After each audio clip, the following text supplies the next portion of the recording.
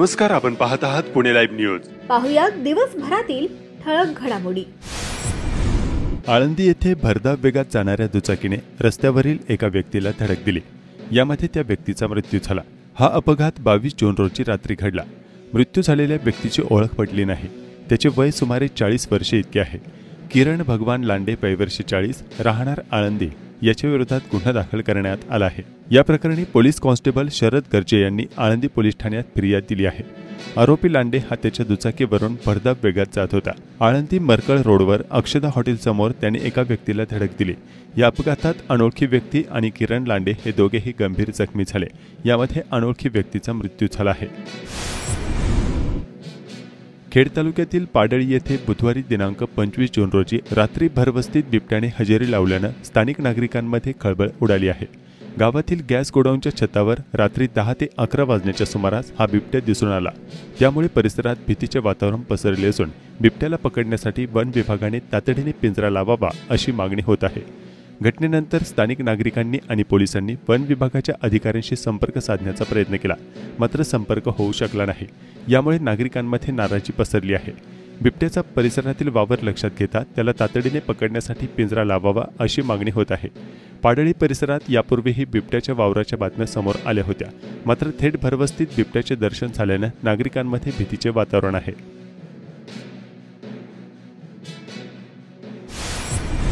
चाकण शिक्रापूर रस्त्यावर अनेक ठिकाणी धोकेदायक खड्डे पडले आहेत। या खड्ड्यांमध्ये आदळल्याने वाहनांचे टायर निखळून अपघात होत आहेत। एका प्रवासी वाहतुकीची रिक्षा अशाच प्रकारे खड्ड्यात आदळून टायर निखळून अपघातग्रस्त झाली आहे। पिंपळगाव शिक्रापूर जो हायवे रोड आहे त्याचे आहे, तर टायर वगैरे सगळे निघून गेलेले। गाड्यांना जायला सुद्धा रोड राहिलेला नाहीये। एवढी दूर अवस्था पिंपळगावच्या रोडची झालेली। पुणे नाशिक महामार्गावर तळेगाव चौकाच्या जवळील उड्डाणपुलावर अनेक रिक्षा सर्रास उभ्या केल्या जात आहेत। यामुळे वाहतूक कोंडी आणि अपघातांना निमंत्रण मिळत असून वाहतूक विभागाने याकडे लक्ष देण्याची मागणी होत आहे।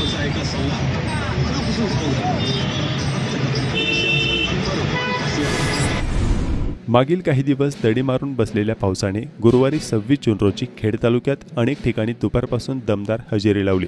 अनेक ठिकाणी सखल भागात या पावसाचे पाणी साचले आहे।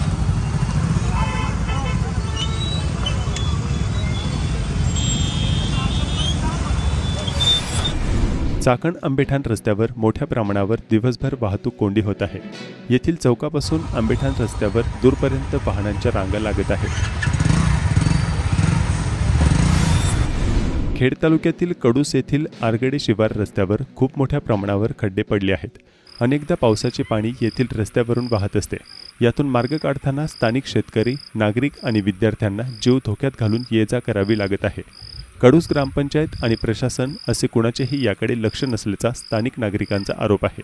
स्थानिक नागरिकांनी याबाबतचे व्हिडिओ पाठवून ही व्यथा मांडली आहे।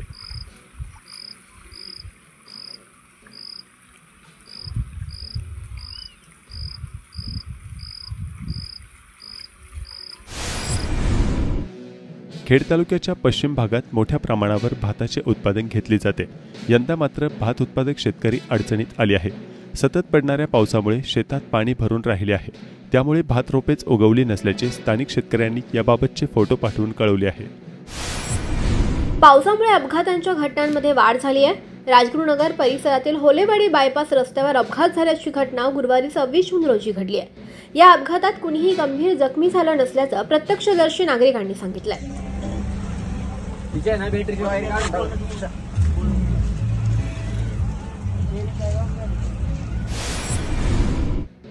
मासेमारीवर पावसाळी हवामानाचा मोठा प्रभाव दिसून येतोय। पावसाचा नदी आणि धरणातील माशांच्या वर्तनावर परिणाम होत असल्यानं पावसाळी दिवसात यशस्वी मासेमारी करण्यात मासेमार बांधव सफल होताना दिसतात। धरणातून सोडण्यात आलेल्या पाण्यानं नद्या प्रवाहित झाल्यानं धरणातील मासे देखील आता नद्यांना मिळू लागलेत। सिल्वर, मिरगल सारखे 8 ते 10 किलो वजनाचे मोठे मासे आता नद्यांमध्ये मिळतात। अशा माशांना मोठी मागणी असून प्रति किलो 300 ते 400 रुपये दरानं हे मोठे मासे विक्री होत आहेत। नद्या वाहत असल्याने स्वच्छ पाण्यातील ताजे मासे सध्या उपलब्ध होत असल्याचं मासेमार बांधव सांगतात। खेड तालुक्यात वीज बिल वाटपाचा अक्षरशः खेळ खंडोबा झालाय। काही बाहुबली मंडळींनी हे ठेके घेऊन महावितरण आणि सामान्यांची अक्षरशः लूट चालवली आहे। अवेळी लाईट बिल वाटप आणि रिडिंगच्या समस्येवर त्वरित उपाययोजनेबाबतचे निवेदन आळंदी शिवसेना शहर प्रमुख शिंदे गटाचे राहुल ज्ञानेश्वर चव्हाण यांनी महावितरण कार्यालय चाकण यांना दिले आणि या निवेदनात आंदोलनाचा इशाराही देण्यात आला. राजगुरुनगर नगर परिषदेने केलेल्या अन्यायकारक करवाढीच्या विरोधात येत्या 30 जून 2025 पासून सुरू होत असलेल्या पावसाळी अधिवेशनात लक्षवेधी किंवा तारांकित प्रश्न उपस्थित करण्याची विनंती खेडचे आमदार बाबाजी काळे यांना करण्यात आली. यावेळी ॲडव्होकेट दीपक रामदास तिगडे, स्वानंद खेडकर, माणिक खोरे, नितीन शहा आदींसह नागरिक आणि ग्रामस्थही उपस्थित होते. राजश्री छत्रपती शाहू महाराज यांची जयंती खेड तालुक्यात विविध प्रशालांमध्ये उत्साहात साजरी करण्यात आली. चाकणमधील जिल्हा परिषद शाळा नंबर 2 मध्ये प्रतिमा पूजन आणि विविध उपक्रम राबवण्यात आले. रयत शिक्षण संस्थेच्या जवाहर विद्यालय चासकमानमध्ये राजश्री शाहू महाराज यांना जयंतीनिमित्त विनम्र अभिवादनही करण्यात आलं. माऊलींच्या पादुकांचे नीरा नदीत शाही स्नान झालंय. आज सकाळी आद्य रामायणकार महर्षी वाल्मिक यांच्या वाल्हे नगरीतून संत श्रेष्ठ ज्ञानेश्वर महाराज पालखी सोहळा लोणंदकडे मार्गस्थ झालाय. सकाळचा विसावा पिंपरे खुर्द येथे घेऊन नीरा नगरीकडे नीरा नदीतील शाही स्नानासाठी मार्गस्थ झाला. फुलांनी सजवण्यात आलेल्या माऊलींच्या पालखीतून श्रींच्या पादुका घेण्यात आल्या. माऊली माऊली नामाचा जयघोष करत टाळ मृदुंगाच्या गजरात नीरा नदीच्या पवित्र तीर्थात आज माऊलींच्या पादुकांना शाही स्नान घालण्यात आलं. नीरा स्नानानंतर माऊलींच्या पालखी सोहळ्यानं आपल्या वैभवी लवाजम्यासह पुणे जिल्ह्याचा निरोप घेत सातारा जिल्ह्यात प्रवेश केला. आज पालखी सोहळा लोणंद मुक्कामी असणार आहे. चांडोली बाजूले राजगुरुनगर शहरात येणाऱ्या हुतात्मा राजगुरू पुलावर कडूस रस्त्यावरून येणाऱ्या पाण्यामुळे पुलावर पाणी साठतंय. अखेर कर्मचाऱ्यांनी येथे साठणाऱ्या पाण्याला वाट करून दिली आहे. खेड तालुक्याच्या पश्चिम भागात असलेल्या शिंदे गाव भामचंद्र डोंगर परिसरात सध्या पावसामुळे अशी दिवसभर धुक्यांची चादर पसरलेली पाहायला मिळते.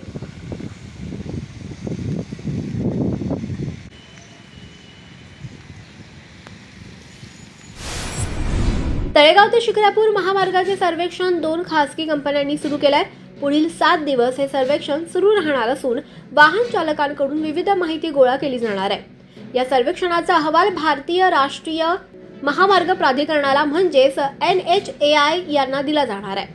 राज्यातील सर्वात व्यस्त महामार्गापैकी एक महामार्ग म्हणून शिक्रापूर तळेगाव मार्गाचा समावेश होतो. या महामार्गाच्या रुंदीकरणाचा प्रस्ताव गेल्या अनेक वर्षांपासून लाल फितीत अडकलाय. परिणामी या महामार्गावर वाहतूक कोंडीची समस्या दिवसेंदिवस गडद होतीये. अपघातांचं प्रमाणही वाढलंय. महाराष्ट्र शासनानं या महामार्गाच्या विस्तारीकरणाची घोषणा केली आहे. यासाठी 4,206 कोटी रुपये मंजूर झाल्याची घोषणाही केली आहे. महामार्गाची निविदा प्रक्रिया मात्र अजून काढलेली नाही. तत्पूर्वी महामार्गाचा आराखडा तयार करावा लागणार असून यासाठी विविध कंपन्यांनी त्यांचे सर्वेक्षण सुरू केलंय.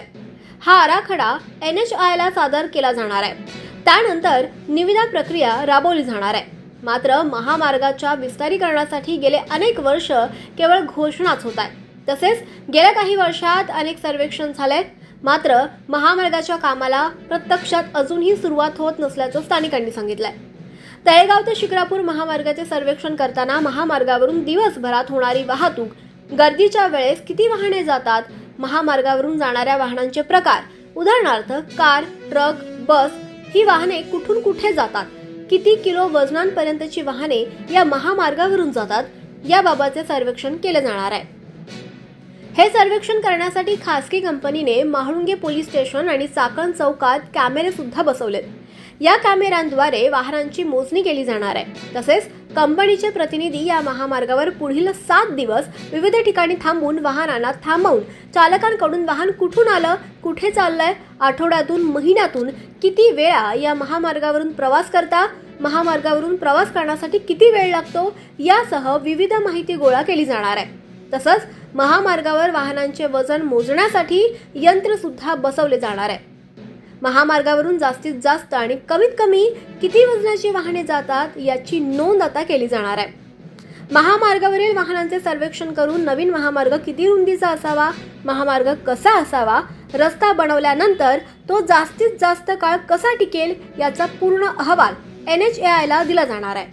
यापूर्वी देखील या महामार्गावर अशा प्रकारे सर्वेक्षण करण्यात आलं होतं. पुणे जिल्हा आणि पिंपरी चिंचवड शहरातील विशेषतः औद्योगिकीकरण झालेल्या भागातील वाहतूक कोंडी ही दिवसेंदिवस गंभीर होत आहे. यावर कायमस्वरूपी उपाय म्हणून पुणे रिंग रोड प्रकल्पाला गती देण्यात येत आहे. तर दुसरीकडे रिंग रोड शिवाय पुणे आणि पिंपरी चिंचवडमधील वाहतूक कोंडी सुटणं अशक्य आहे. या रिंग रोड प्रकल्पाची निविदा प्रक्रिया सुरू झाली असून त्याला समांतर लोहमार्ग बांधण्याची गरज आहे, अशी माहिती उपमुख्यमंत्री अजित पवार यांनी माध्यमांना दिली. यासाठी प्रस्तावित लोहमार्ग तळेगाव दाभाडे ते चाकण, रांजणगाव मार्गे उरुळी कांचनपर्यंत विकसित करण्याचा विचार रेल्वे प्रशासन करत आहे.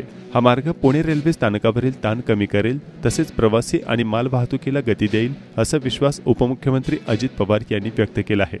रेल्वे प्रशासनाशी समन्वय साधून हा मार्ग लवकरच कार्यान्वित करण्याचे प्रयत्न सुरू असल्याचं सांगण्यात येत आहे.